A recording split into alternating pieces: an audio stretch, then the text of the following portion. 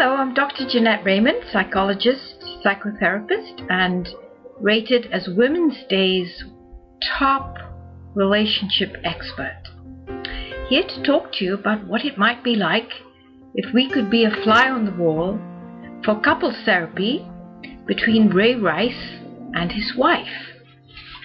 How do you imagine it? Do you imagine his wife accusing him and getting him to apologize and fixing it that way? Or do you imagine him just, not wanting to acknowledge that he was violent, inappropriate, and harmful to his wife? How do you imagine it? What would you like to happen? Well, I'm going to tell you from my point of view, which is the therapist's point of view, how they might be when they first come in and all the things I'd want to be doing with them so that they end up having an understanding of why these things happen without excusing the behavior and how to avoid it in the future. Well, first of all, when they come in, Ray is going to be very quiet. He's not going to want to say anything, acknowledge anything. He's going to feel like he's been driven there because the media and everybody else thinks he's a bad guy and he should go to therapy and fix himself. So immediately when somebody feels that other people want them to be fixed and they don't feel like they need to be fixed, they're going to clam up. They're going to be very defensive. They're not going to want to answer any questions, and they're going to give the shortest yes and no answers, if that. So now let's look at his wife's side. How do you think she's going to be? Well, initially, she too is going to be quiet because she doesn't want to feel like the bad guy. She doesn't want to feel like she's the one making her husband feel bad, because who knows how he'll be later on. Will he take it out on her? Will he be quiet? Will he punish her by withdrawing? Will he make the relationship null and void? She doesn't know what's going to happen. But we do know that they've stayed together since the incident where he attacked her in the elevator. And therefore, we can assume that the relationship is very important to her, that she's not willing to give it up, even if it means protecting him and disavowing herself. So that's how they're going to come in. Now, how can I, as a therapist, make them want to talk and exchange their experiences and feelings without making them feel that they're there to be admonished, taught a lesson, or shamed? Because as soon as they feel shame, they're going to walk out, right? Now, you, as an outsider, might feel like you want to make Ray ashamed and you want to tell his wife to say, go girl, and, assert herself and never take it again. But, that's highly unlikely given the fact that they've stayed together for so long after the incident. So we have to approach it in a way that's going to make them both feel that their relationship is still safe and intact, and it's going to be intact at the end of the first session. So what I would start with is by asking each of them in turn how they feel about the video, what it brings up for them, and let them talk about whether it makes them feel sad or shameful, fearful, anxious, resentful, angry, whatever it brings up for them. And then we go little by little, one at a time, sharing what they feel like now compared to how they felt during the incident. And that's the most important thing, because their relationship is current. And while we're not excusing that behavior and we don't want it to happen again, and we certainly want to protect both him and her from engaging in that kind of a situation, we want to make them feel safe enough to express their feelings without fear of judgment, criticism, or being put down.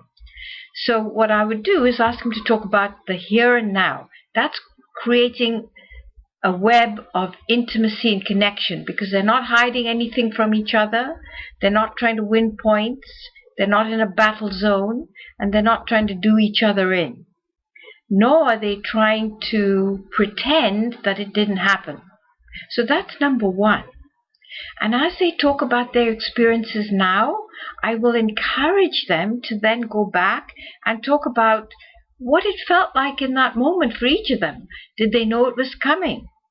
Was there a build-up?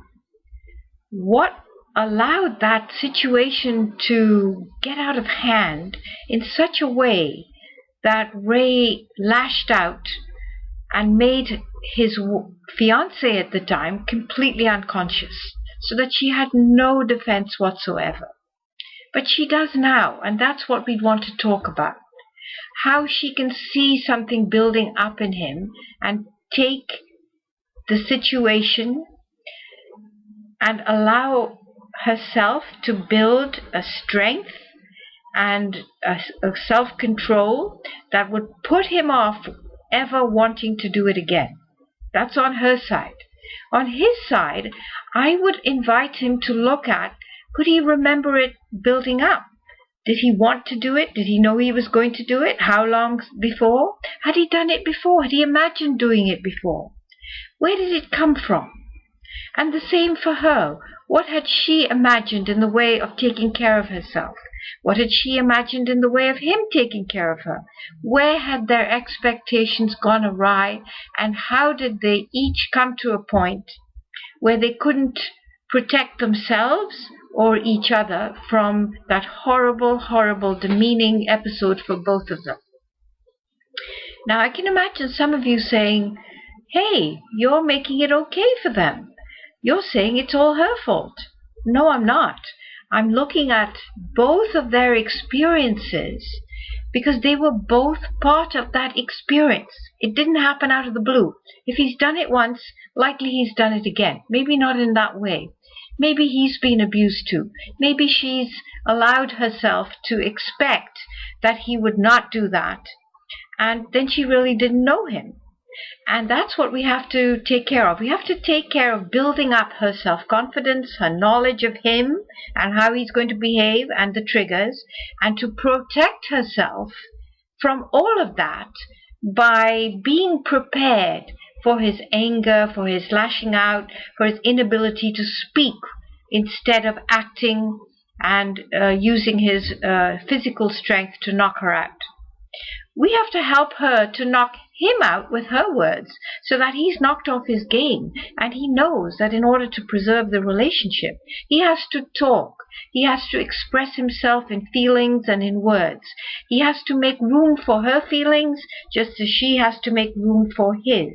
We want to avoid at all costs any excuse, any experience where physical violence takes over from a curiosity about what's going on for the other person and where their jumping off point may be. And that's what we have to get to. We have to get them to acknowledge that this happened, how it happened, what brought it to a point where it was going to happen, why nobody recognized it and could stop it. Because Ray has to learn how to recognize when his anger is coming up to a pitch where he needs to learn to consider how to manage it, and the only way he can manage it is by learning about his feelings.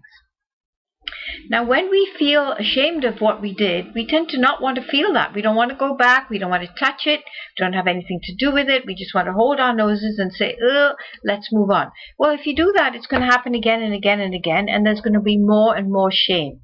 So we do need to help Ray, or I would need to, if I was his therapist, help him to talk about all his feelings about being in relationships, his feelings about needing control, needing to be the boss, needing to do it in a way that shuts the other person out. What happened in his life? Who did it to him? And why does he need to do it to other people to prove that he's not going to just take it? Because that's how it usually happens. And we need to help him to tolerate his feelings of anger, shame, and fear of being overpowered by somebody else's way of handling him, so that he feels like the only recourse he has is physical. We then need to work with his wife about her early life and what she put up with. What did she feel controlled? Is that part of what being in a relationship is all about for her? Does she feel that she needs to take it in order to be allowed to stay in the relationship? And what ways in which she can stay but still feel in control and empower her in a way that allows her to say where the boundaries are, what she'll accept and what she won't, where to draw the line before things happen. Those are all things she hasn't learned. And she may not have learned it because she may have seen other women take it and then either run away or continue to be helpless because the relationship meant more to them than their personal safety. And then I would get them to talk about their personal childhood experiences and share so that they understand what it's like for each of them at different points in their lives and why they came to this point. Unless we build that understanding of each other's history and their psychological experiences during that history, they will always keep doing the same thing and repeat the cycle over and over again and then go into shame and retreat and hiding and build up an armor that in fact is not really an armor because it can be pushed through with violence and hatred in that moment. And then gradually, as they learn about each other's history, we build a web of connection and another web and another web and another web because they're learning about each other's emotional history, psychological history, insecurity history, things that worked, things that didn't work. And then finding new ways in which to connect with each other that's uniquely theirs, that builds on self-respect and respect for your partner, respect for the relationship, and an understanding, an empathic understanding, which means you tolerate each other's experiences, not their behavior, their internal experiences, their dread, their fear, their anger, their anxiety, their terror, their need to be in control or to be a victim. And most times, if you need to be in control, you are also a victim of that because you're not in charge of what you can choose to do. You're acting from a predetermined, pre-programmed part of you instead of making choices in the moment that reflect your maturity and your development. And the only way you can mature and develop is to get in touch with all your feelings, good and bad, without judging them, without being critical, and above all, without trying to be perfect. Because the minute you try to be perfect, you're not human. And then you can't connect with anybody. So you feel lonely, isolated, aggrieved, and you're back into trying to get in through violence and poke at people, knock them out, make them helpless so you can feel strong. Strong is not connecting. Strong is about feeling like you don't need anything and you're, all powerful and all knowing. That's the killer for intimacy. So basically, I'd be working with both of them on the issue of trying to not be perfect, to be human, to connect on all the different points of their experience where they shared similar feelings of helplessness, anxiety, fear, dominance, control, violence, all those things. And it's only when they connect on those things that they won't allow it to happen again. And that kind of therapy could take many months, if not years, of being willing to listen and tolerate and expand their emotional stomachs instead of accusing, blaming, ridiculing, and criticizing each other. And think about your relationship in that context. Are you ready for that? Or are you going to wait until some crisis, whether it's violent physically or violent verbally or violent emotionally?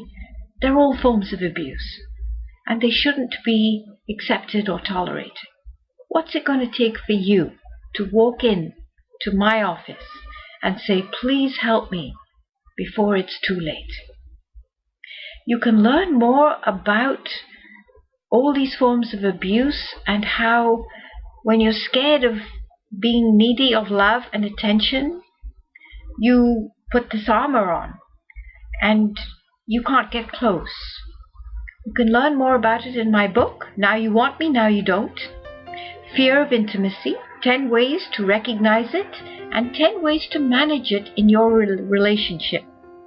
You can learn more about the book at nowyouwantmenowyouDon't.com. There are lots of great videos in there, and you can read about the 7 top signs that you are emotionally afraid of getting close to your partner. Then send me some feedback. Write to me, email me, contact me, tell me what kind of videos you want more of. Let me help you make your relationship better.